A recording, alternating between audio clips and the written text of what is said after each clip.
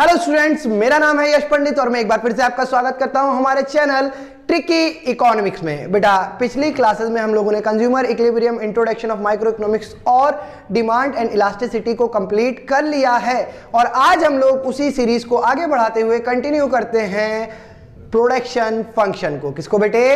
Production. देखिए, production function अपने आप में एक बहुत इंपॉर्टेंट और बहुत खूबसूरत टॉपिक है। अगर आप इसको समझे ना तो ये आपको हकीकत में बिजनेस में जो अप्स एंड डाउन्स आते हैं या उनको किस तरीके से एनालाइज किया जा सकता है उसमें बहुत हेल्प करेगा। देखिए, आप लोग कॉमर्स के स्टूडेंट हैं, कल को आप आगे जाएंगे, जरूरी नहीं है कि सिर्फ जॉब ही करें। पॉसिबिलिटीज है कि आप अपने फादर का या अपना कोई एक नया बिजनेस सेटअप करें, तो उसमें प्रोडक्शन फंक्शन आपको बहुत हेल्प करेगा। तो चलिए बेटा आगे बढ़ते हैं और हम लोग शुरू करते हैं प्रोडक्शन फंक्शन को। Chapter number 5, production function. अब एक बात समझिए जरा, ये चैप्टर का नाम प्रोडक्शन फंक्शन क्यों रखा गया है? मतलब कि प्रोडक्शन में जो भी फंक्शंस होते हैं, ठीक है, जिन चीजों से एक प्रोड्यूसर को डील करना पड़ता है, उन सभी चीजों को हम इस चैप्टर में समझेंगे। क्लियर है? देखिए, प्रोडक्शन फंक्शन दो प्रकार से चलता है बेटा। पहली चीज टाइप ऑफ प्रोडक्शन समझते हैं। प्रोडक्शन दो टाइप का होता है, एक होता है लॉन्ग रन, ओके बच्चे, और एक होता है शॉर्ट रन। लॉन्ग रन और शॉर्ट रन क्या है? अगर कोई business with in a year close हो जाता है, जैसे कि मान लीजिए आपके मन में आया कि अभी सैनिटाइजर बहुत बिक रहा है, कोविड के समय में आपने सैनिटाइजर बेचना शुरू किया और जैसे ही कोविड की वेव एंड हुई, लॉकडाउन वगैरह हटा, आपने सैनिटाइजर के बिजनेस को बंद करके आप बैक टू अपने पुराने बिजनेस पे शिफ्ट हो गए, है या नहीं? तो ये शॉर्ट रन के लिए आपने बिजनेस किया। ऐसा बिजनेस जो बहुत एक साल के अंदर की अवधि के लिए ही किया जाए, वो शॉर्ट रन होता है। अच्छा, लॉन्ग रन बिजनेस क्या होता है? जो चलता चला जाए। क्लियर है? लॉन्ग रन मतलब परपीचुअल सक्सेशन है, इसमें कोई मरे जिए कुछ भी हो लेकिन बिजनेस पे इफेक्ट नहीं पड़ेगा। क्लियर है? साल दर साल हमारा बिजनेस रन करता जाएगा। तो एक बात समझिए, प्रोडक्शन में कुछ फैक्टर्स यूज होते हैं या नहीं होते बेटा? तो दो प्रकार के फैक्टर को यूज किया जाता है प्रोडक्शन में। देखिएगा, फैक्टर यूज्ड इन प्रोडक्शन। कौन से फैक्टर यूज होते हैं? पहले फैक्टर का नाम दिया गया है वेरिएबल फैक्टर। कौन से फैक्टर बेटा? Variable factor. और दूसरे जो रहते हैं वो होते हैं फिक्स फैक्टर। कौन से होते हैं बेटा? Fix factor. अब जरा इनको समझिए, जब भी आप लॉन्ग रन बिजनेस की बात कर रहे होंगे मेरे बच्चे, किस टाइप के बिजनेस की? लॉन्ग रन की। In long run all the factors are variable factor. अच्छा, वेरिएबल फैक्टर क्या होते हैं और फिक्स फैक्टर क्या होते हैं, इनको एक बार समझ लेते हैं, इनको डिस्कस करने से पहले। बेटा, जैसे मान लीजिए कुछ चीजें हैं बिजनेस में जो टाइम टू टाइम वेरी करती रहेंगी। वेरी करने का मतलब बदलती रहेंगी, उनकी एक स्टैटिक अमाउंट नहीं, एक फिक्स वैल्यू नहीं रहेगी। कभी ज्यादा भी यूज होंगी, कभी कम भी यूज होंगी, हाँ या ना? अब मान लो आपकी क्लास में 50 बच्चे हैं, है या नहीं? तो बेटा टोटल स्ट्रेंथ फिक्स है 50 पे, लेकिन क्या 50 के 50 हमेशा आते हैं?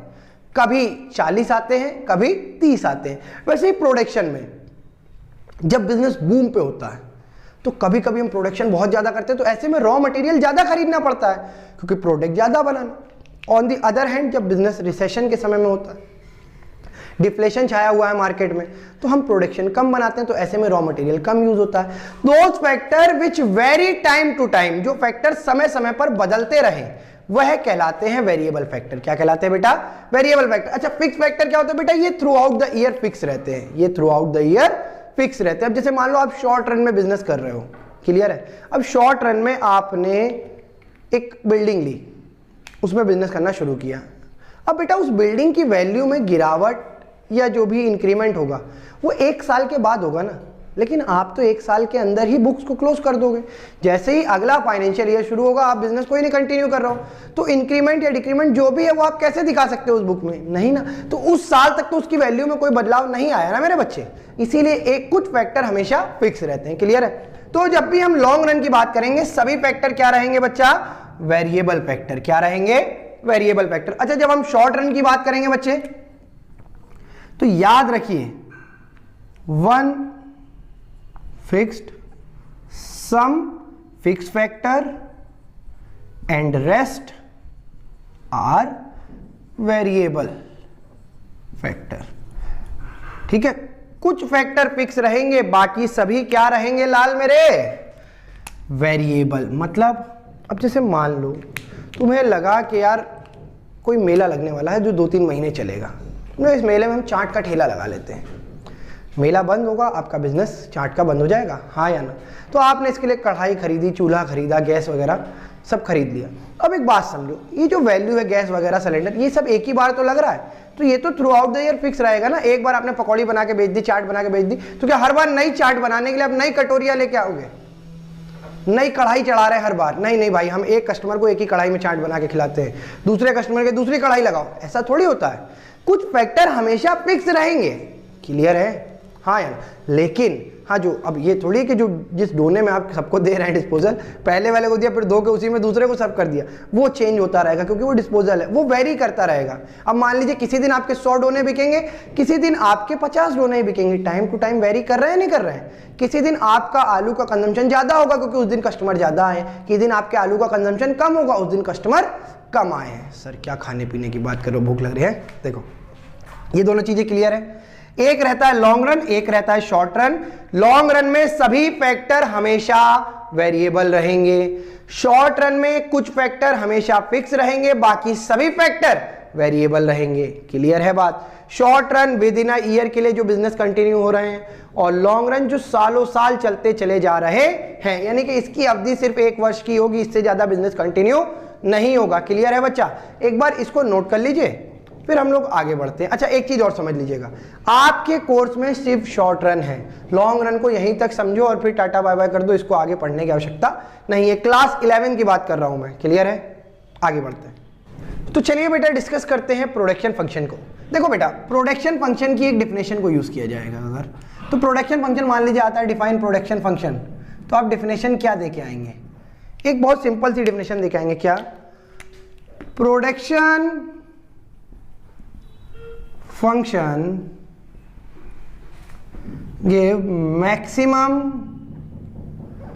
level of output from a given quantity of input in given time। Clear है बेटा? It basically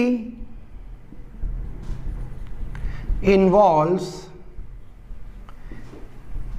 technically efficiency।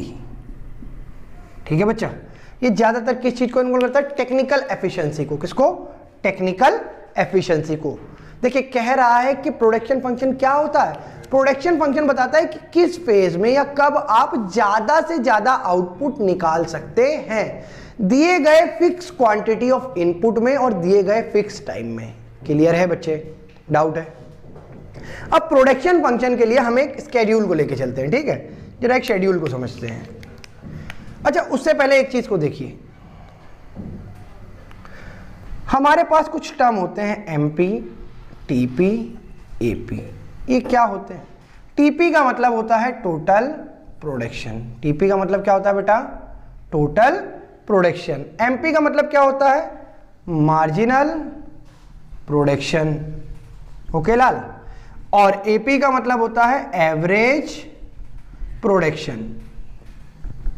मतलब कि जब हम डिफरेंट लेवल्स को अप्लाई करेंगे तो हमारा प्रोडक्शन किस लेवल पे चेंज हो रहा है, ये कहलाता है प्रोडक्शन फंक्शन। बेटा मार्जिनल प्रोडक्ट का फॉर्मूला होता है टीपीएन माइनस 1 और एवरेज प्रोडक्ट का फॉर्मूला होता है टीपी अपॉन क्वांटिटी। जितना टोटल प्रोडक्ट है उसको क्वांटिटी से डिवाइड कर लीजिए तो आपका टोटल प्रोडक्शन निकल के आ जाएगा। और मार्जिन प्रोडक्ट के लिए मैं हमेशा एक बहुत सिंपल सी बात कहता हूं, दो टोटल के बीच का डिफरेंस, मेरे बच्चे क्या बोल रहा हूं, दो टोटल के बीच का डिफरेंस हमारा क्या कहलाएगा? मार्जिन। क्या कहलाएगा? मार्जिन। क्लियर है बेटा? एक बार आप डिफिनेशन और इसको नोट कर लीजिए, फिर हम लोग आगे बढ़ते हैं शेड्यूल की तरफ। ठीक है, नोट करो। चलिए बेटा हम लोग आगे शुरू करते हैं और समझते हैं प्रोडक्शन फंक्शन को एक शेड्यूल के द्वारा। तो सबसे पहले तो हम लेते हैं यूनिट ऑफ लेबर। क्या लेते हैं बेटा? Unit of labour. कितनी लेबर हमने एम्प्लॉय करी। दूसरा कॉलम हम बनाएंगे टीपी का और तीसरा कॉलम हम बनाएंगे एमपी का। ठीक है बच्चे? अब देखिए मान लीजिए पहले हमने एक लेबर लगाई, फिर 2 3 4 5 6 7 8 9, ठीक है। तो अब जरा एक चीज को समझिए, सबसे पहले हमने जब पहली लेबर को काम पे लगाया तो उसने हमें बना के दी 10 यूनिट। कितनी यूनिट बच्चा? 10। हमने दूसरी लेबर को काम पे लगाया तो उसने बना के दी हमको 12 यूनिट। कितनी यूनिट? 12। मैंने तीसरी लेबर को काम पे लगाया तो उसने बना के दी मुझको टोटल 16 यूनिट मेरे बच्चे। कितनी यूनिट? 16। और जब मैंने चौथी लेबर को काम पे लगाया तो उसने बना के दी मुझको 14। कितनी बना के दी? फिर मैंने पांचवी लेबर को बच्चा काम पे लगाया तो उसने बनाई सिर्फ 11। कितनी बनाई? 11। उसके बाद बेटा मैंने छठी लेबर को काम पे लगाया तो इसने बनाई सिर्फ 7। मैंने सातवीं लेबर को काम पे लगाया तो इसने बनाई सिर्फ 2। और मैंने आठवीं लेबर को काम पे लगाया तो इसने बनाई बच्चा 0। और मैंने कहा चलो एक आध लेबर और लगा के देख ले। तो ये तो इतने महान हस्ती थे कि जो और काम कर रहे थे इन्होंने उनको भी काम करवाना छुड़वा दिया। उनको कहते आओ भाई बैठ के लूडो खेले, क्या करोगे, सैलरी तो मिल ही रही है हर महीने। तो इनके लगने के बाद हमारा प्रोडक्शन चला गया माइनस में। कहाँ चला गया? माइनस में। क्लियर है बात? अब देखिए जरा टीपी को। तो बेटा पहले तो टीपी एमपी 10 10 कॉमन। अब 2 लेबर हैं तो 2 का टोटल प्रोडक्शन कितना हो गया? 22। क्लियर है? अब कितना हो गया? 38, फिर 52, फिर 63, फिर 70, फिर 72, फिर 72 ही रहा, पर यहाँ माइनस हो गया। ये कुछ इस तरीके से आपका प्रोडक्शन फंक्शन का एक शेड्यूल बनेगा। बेटा देखो मैंने बहुत सिंपल सा कोई शेड्यूल रटा हुआ, कहीं से मैं कोई वो नहीं दे रहा हूँ, मैं आपको कह रहा हूँ आप शेड्यूल कभी मत रटो। बच्चे पता दिन भर लगे रहते हैं रट्टाफिकेशन पे। एक बहुत बेसिक सा शेड्यूल है, आप 2 नंबर लो, 10 से शुरू करना 10 से करो, 5 से करना 5 से करो, शुरुआत में बढ़ाओ। जैसे मैंने 2 बढ़ाया, फिर 4 बढ़ाया, और फिर मैं कॉन्स्टेंटली गिराता गया। मैंने 2 गिराया, 3 गिराया, 4 गिराया, 5 गिराया, 0 आ गया। क्लियर है? एक ये बहुत सिंपल सी टेक्निक है, आप भी कोई भी शेड्यूल कहीं भी बना सकते हो बिना किसी हेडेक के। ओके, अब एक बात समझो बेटा, जरा इसको मैं थोड़ा सा डिफ्रेंशिएट करता हूँ। तो यहाँ से यहाँ तक अगर आप देखेंगे, पहले इंक्रीमेंट कितने का है? 2 का। कितने का इंक्रीमेंट है बच्चा? 2 का, है ना, +2। फिर इंक्रीमेंट कितने का है? +4 का। और फिर जरा इसके बाद से देखिएगा आप इसको, यहाँ से यहाँ तक इंक्रीमेंट तो है लेकिन पहले की अपेक्षा स्पीड कम है। अब इंक्रीमेंट है सिर्फ 2 का, फिर है सिर्फ, पहले के से कम हो रहा नहीं हो रहा इंक्रीमेंट। बेटा अब जरा आप इसको फोकस में लीजिएगा। देखिए यहाँ पर पहले मैंने 2 बढ़ाए, फिर 4 बढ़ाए, फिर कितने बढ़े? अचानक से बढ़े तो, लेकिन अब पहले की अपेक्षा 2 कम बढ़े। अब यहाँ सिर्फ 3 कम बढ़े, फिर यहाँ 4, फिर यहाँ 5। बढ़ रहा है लेकिन पहले की अपेक्षा धीरे धीरे बढ़ रहा है, हाँ या ना? तो इसके बाद और अगर नीचे और लेके जाऊंगा मैं इसको, यहाँ से आप समझिए, ये यहाँ से अगर मैं और नीचे ले जाता हूँ इसको, तो मेरा प्रोडक्शन निगेटिव ही जाएगा या नहीं जाएगा? तो ये आपके 3 फेज है। ये है फर्स्ट फेज, ओके बच्चा, ये है सेकंड फेज, और ये है थर्ड फेज। यही 3 फेज ऑफ प्रोडक्शन भी हैं जो सबसे ज्यादा बच्चों को हेडेक प्रोवाइड करते हैं, क्योंकि बच्चे ग्राफ इनके थ्रू जब बनाते हैं तो बहुत कंफ्यूजिंग हो जाता है। क्लियर है? तो देखो फर्स्ट फेज में हो क्या रहा है। इन फर्स्ट फेज टीपी इंक्रीज तो कर रहा है, हाँ या ना? टीपी तो भाई पूरे में बढ़ रहा है, लेकिन अगर आप यहां देखें 10 से 22 से 38 और फिर पहले की अपेक्षा स्लो हो गया, नहीं हो गया? तो फर्स्ट फेज में टीपी इंक्रीज करेगा कैसे? इंक्रीजिंग रेट से। कैसे बेटे? क्लियर है? और एमपी भी, एमपी ऑल्सो इंक्रीज। ठीक, सेकेंड फेज की अगर जब हम बात करेंगे तो यहां क्या हो रहा है? यहां एमपी बेटा आप देखो तो कॉन्स्टेंटली गिर रहा है, MP decreases, MP decrease, but TP अभी भी बढ़ रहा है, लेकिन अब रफ्तार पहले की अपेक्षा धीमी है। शुरुआत में एकदम से एक्सीलेटर लिया था हमारे टीपी ने, और अब धीरे धीरे धीरे धीरे आगे बढ़ रहा है। ठीक है, तो TP increase with diminishing rate. कोई दिक्कत है बच्चा? और यहां थर्ड फेज में एमपी हो जाता है हमारा निगेटिव, एमपी हो जाता है हमारा, और टीपी क्या होता है? स्टार्ट टीपी स्टार्टेड फॉलिंग, ऊपर से नीचे गिरने लगेगा। अभी जब कर्व बनाऊंगा तो आप समझेंगे कैसे।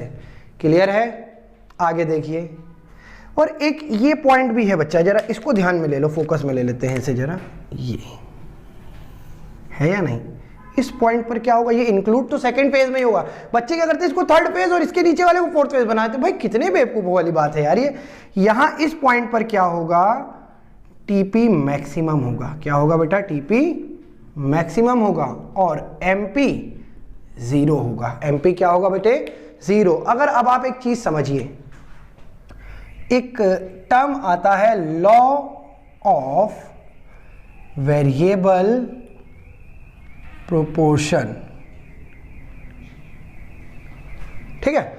ये लॉ बच्चों के पता है दिमाग के एल लगाए रहता है, क्योंकि बच्चों को ये लॉ याद ही नहीं होता है। मैं कह रहा हूं आप याद ही क्यों करना चाह रहे हो, समझ लो। फिर वही बात, कॉन्सेप्ट बहुत मैटर करेगा मेरे लाल। अगर कॉन्सेप्ट आप नहीं पकड़ोगे चीजों के तो आपको इकोनॉमिक्स आसान कहीं से कहीं तक नहीं लगने वाली है। देखिए इस लॉ में क्या कॉन्सेप्ट पकड़ लें भैया, देखो हम बता रहे कॉन्सेप्ट यहां भी है। सबसे पहली चीज हमने क्या बताया था, शॉर्ट रन में कुछ फैक्टर हमेशा फिक्स रहते हैं और कुछ फैक्टर वेरिएबल रहते हैं, हाँ या ना? तो एक बात समझो, इसके पीछे की भी तो कुछ स्टडी रही होगी। ऐसा हो क्यों रहा है, अभी तक किसी ने ये नहीं समझा? बेटा ऐसा इसलिए हो रहा है, देखिए जब आप कार में कभी घूमने गए होगे, कार में आप पीछे की सीट पे दो लोग बैठे, एक ड्राइवर एक आगे कोने पे, है ना। चार लोग तो एकदम कंफर्टेबली बैठे, चलो एक और बंदा आया, पांच हो गए, तो आप पीछे तीन अभी भी एडजस्ट हो गए। लेकिन फिर एक और आया तो आपको पीछे कंजेस्शन फील होने लगेगा, नहीं होने लगेगा? फिर क्या हुआ, एक और बैठ गया, तो अब आप लोग मार ऐसे ऐसे जैसे टेम्पो वाले नहीं ऐसे चलाते हैं, आप लोग अजीब तरीके से बैठने लगे, आपको डिस्कंफर्ट होने लगा। आप क्या कहोगे, भाई रोको यार हम पैदल आ जाएंगे, है नहीं? वही चीज यहां पर है, जैसे जैसे लेबर बढ़ रही है फिक्स फैक्टर फुल्ली यूटिलाइज होने की तरफ आगे बढ़ रहे हैं, हाँ या ना? तो इसको ये चीज होने का रीजन क्या रहेगा, अगर मैं आपसे पूछूं in first phase why TP increase, in first phase why TP increase at increasing rate, तो इसके पीछे का कारण क्या है, because fix factor are under utilised. Okay बच्चा, ठीक है सर, यहां तो अंडर यूटिलाइज्ड है, फिर यहां पर कम बढ़ने का कारण क्या है, इसके पीछे का रीजन क्या होगा, because fix factor going toward fuller utilisation, toward fuller utilisation. अब फिक्स फैक्टर फुलर यूटिलाइजेशन होने की तरफ आगे बढ़ रहे हैं। अच्छा इस पॉइंट पर क्या होगा फिर भाई, जरा ये भी बता दो। यहां पर फुल्ली यूटिलाइज हो जाएंगे, फुल्ली यूटिलाइज हो गए इस पॉइंट पर आकर। अच्छा यहां बेटा जगह ही नहीं है, पर फिर भी लेबर घुसेड़े पड़े हो, तो वो तो या तो किल्ली विल्ली मारेगा, कोने वोने मारेगा लोगों को, या वो चार के साथ जमघट बना के काम बिगाड़ेगा, है या नहीं? तो एक्स्ट्रा तो वैसे भी कहते हैं ना बेकार ही है। हमेशा चीजों में जितना हो सके कम से, कहते हैं ना अति का भला न बोलना, अति की भली न चुप। तो ना ज्यादा बोलना अच्छा, ना ज्यादा चुप रहना। वैसे ही यहां पर ना ज्यादा लेबर को लगाना अच्छा है, ना ही कम लेबर। तो जब यहां पर आपकी फुल्ली यूटिलाइज हो गई, अब जगह ही नहीं है रूम में, जगह ही नहीं है फैक्ट्री में लोगों के, आप फिर भी भर्ती करे जा रहे हो, तो फिर क्रियोस क्रिएट करेगा। तो यहां पर क्या हो जाएगा, fix factor, because fix factor are over utilise. कैसे हो गए, ठीक है, ओवर यूटिलाइज हो गए, तो प्रोडक्शन नेगेटिव जाना कॉमन सी बात थी। बेटा ये जो रीजंस हैं इनको ध्यान में रखिएगा जरूर, ये मैं इसीलिए दे रहा हूं, रीजन है ये सबके, ठीक है। रीजन यहां पर भी ये जो है ये रीजन है, ठीक है, और ये भी रीजन ही है, ठीक। एक बार इसको नोट करो, फिर हम लोग लॉ ऑफ वेरिएबल प्रोपोर्शन को समझाता हूं मैं। देखिए बच्चे, अब हम लोग डिस्कस करने चल रहे हैं लॉ ऑफ वेरिएबल प्रोपोर्शन को। क्यों ये बच्चों की हवाएं उड़ाए रहता है और बच्चों को नंबर नहीं देता।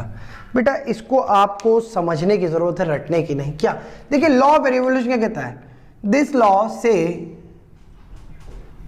That as we employ more and more variable factor on keeping other factor fixed. TP increase with increasing rate in beginning. in ठीक है,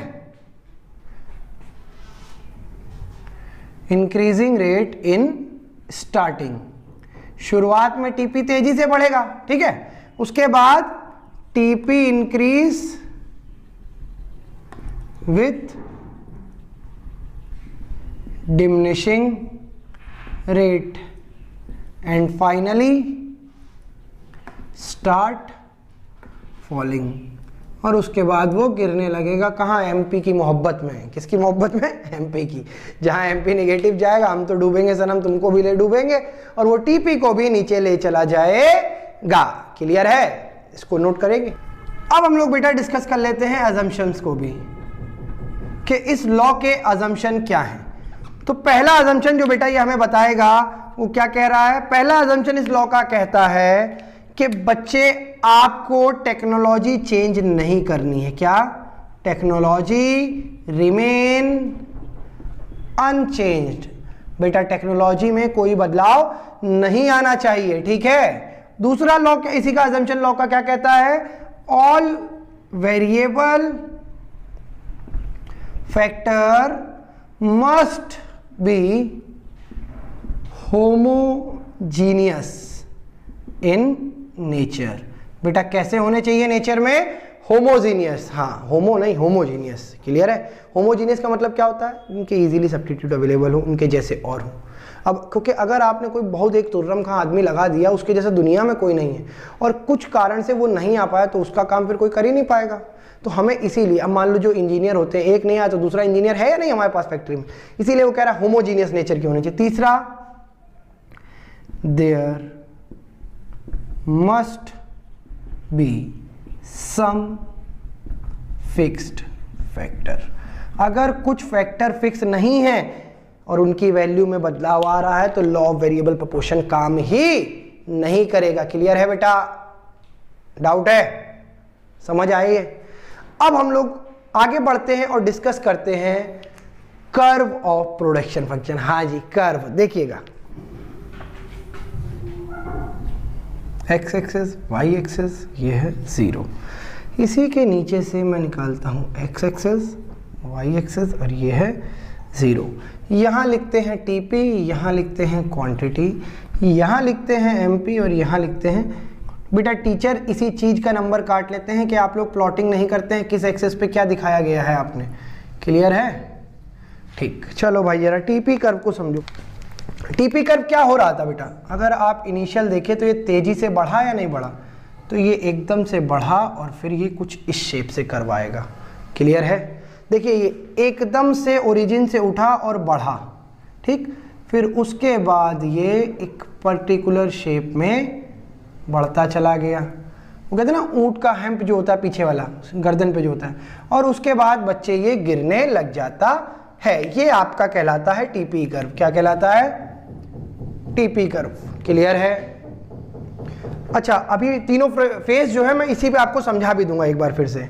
चलिए एक चीज समझिए जरा, हमको एक बात तो क्लियर है कि जिस पॉइंट पर टीपी मैक्सिमम होता है उस पॉइंट पर एमपी 0 होगा, हाँ या ना?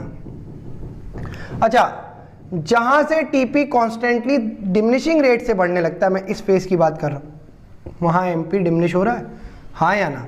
तो यानी कि ये हमारा रहा होगा फर्स्ट फेज। ये क्या रहा होगा बेटा? First phase. ये क्या रहा होगा हमारा? Second phase. और ये जो रहा होगा हमारा थर्ड फेज। क्लियर है? और इसके बाद एमपी जो है निगेटिव चला जाएगा लाल। कोई दिक्कत है बच्चा?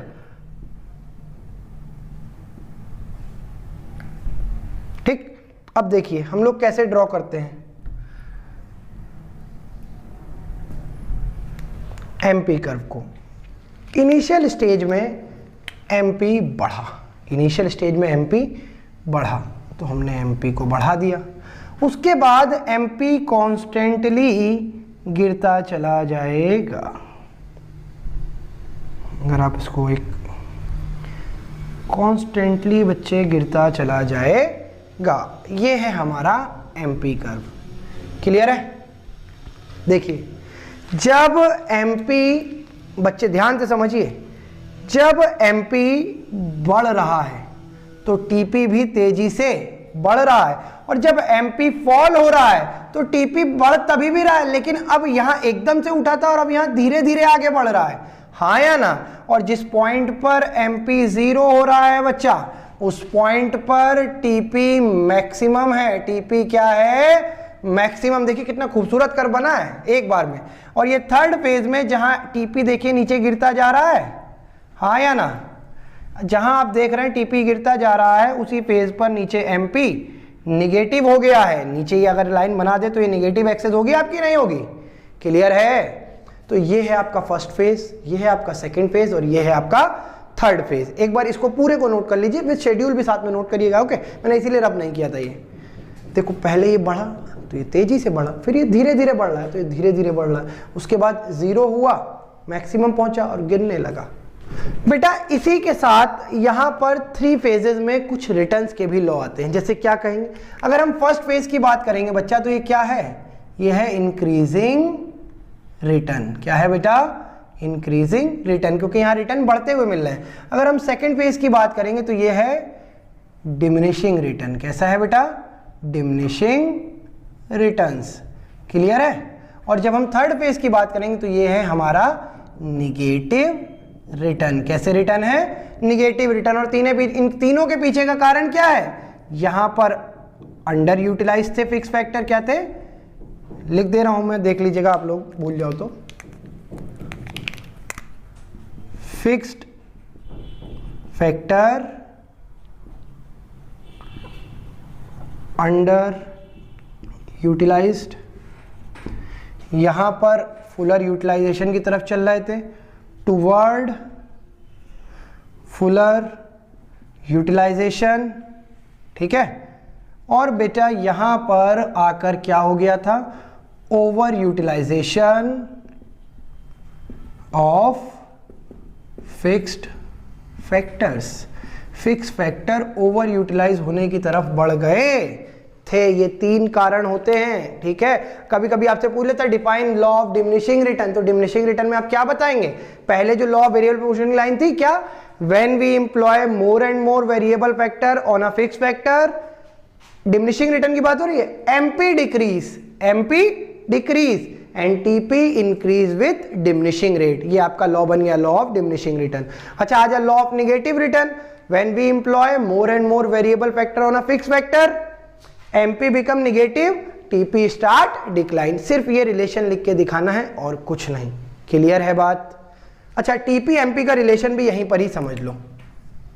देखो बेटा, relation between TP and MP.